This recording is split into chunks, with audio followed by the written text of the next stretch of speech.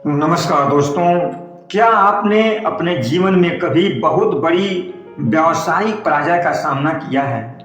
दोस्तों, Robert T Kiyosaki अपनी book rich dad में लिखते हैं कि जब मैं 30 वर्ष की उम्र में मिलीनियर बन चुका था, लेकिन फिर 2 वर्ष बाद ही मेरी कंपनी दिवालिया हो गई, तो मेरे बर्बाद होने के बाद मेरे अमीर डैडी ने मुझसे कहा था कि धन और सफलता इंसान को घमंडी और मूर्ख बना देती है, और अब तुमने गरीबी और विनम्रता का स्वाद चख लिया है, इसलिए तुम दोबारा विद्यार्थी बन सकते हो।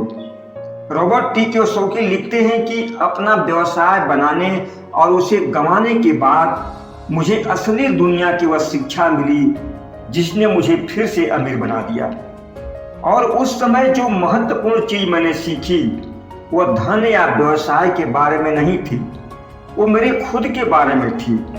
मुझे मालूम पड़ा कि अपने व्यवसाय का विकास करने के लिए व्यवसाय के साथ ही अपने यानी खुद का विकास करना भी सुनिश्चित करना होता है।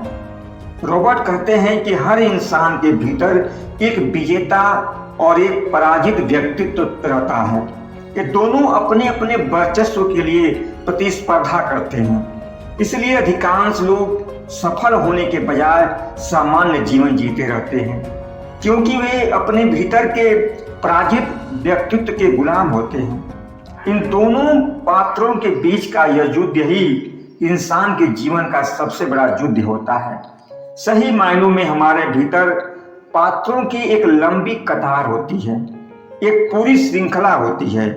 जब पराजित व्यक्तित्व उभर कर आता है तो डर और शंकाएं हम पर हावी हो जाती हैं, लेकिन शक्तिशाली और प्रेरक विचारों और कहानियों को सुनकर या सीखकर हम अपने भीतर के पराजित व्यक्तित्व को दबाकर अपने विजेता व्यक्तित्व को सतह पर ला सकते हैं।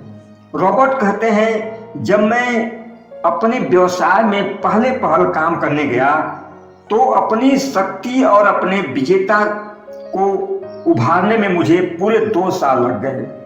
किसी भी इंसान को अपना व्यवसाय खड़ा करने के दौरान अपने डरों का सामना करने, उनसे उबरने और अपने भीतर छिपे विजेता को बाहर लाकर अपने आत्मविश्वास को मजबूत बनाना जरूरी होता है।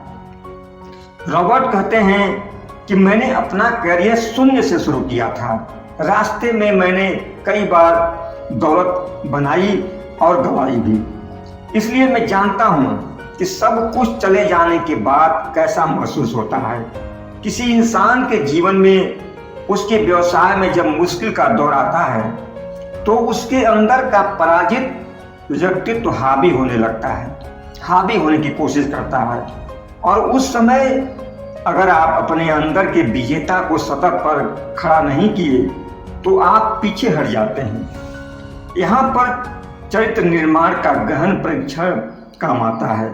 रॉबर्ट कहते हैं कि मेरी पत्नी का नाम किम कियोसाकी है, और जब मैं पहली बार किम से मिला तो मैं उन्हें देखता ही रह गया।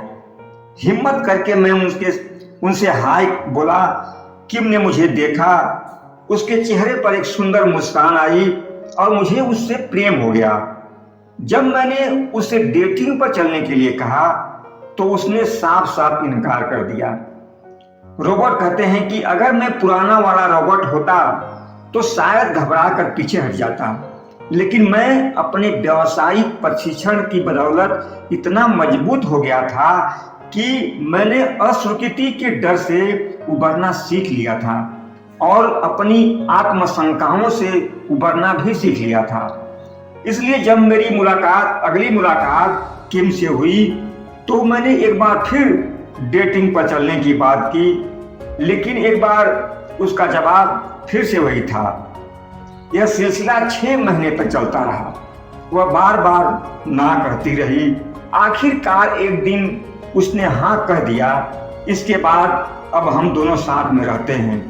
अपनी इस कहानी से रॉबर्ट टी कियोसाकी लोगों को ये बताने की कोशिश करते हैं कि अगर आपने अपने अंदर के विजेता से काम लेना सीख लिया तो आपको अपने जीवन में हर ना और हर मुश्किल के पार जाने का रास्ता मिल ही जाता है, क्योंकि हर अस्वीकृति या ना के पार हाँ का होना निश्चित है। बस आपको पीछे हटने की बजाय वहां खड़े रहना पड़ता है। जीवन के किसी भी क्षेत्र में सफल होने का यही सबसे बड़ा अचूक उपाय है। धन्यवाद।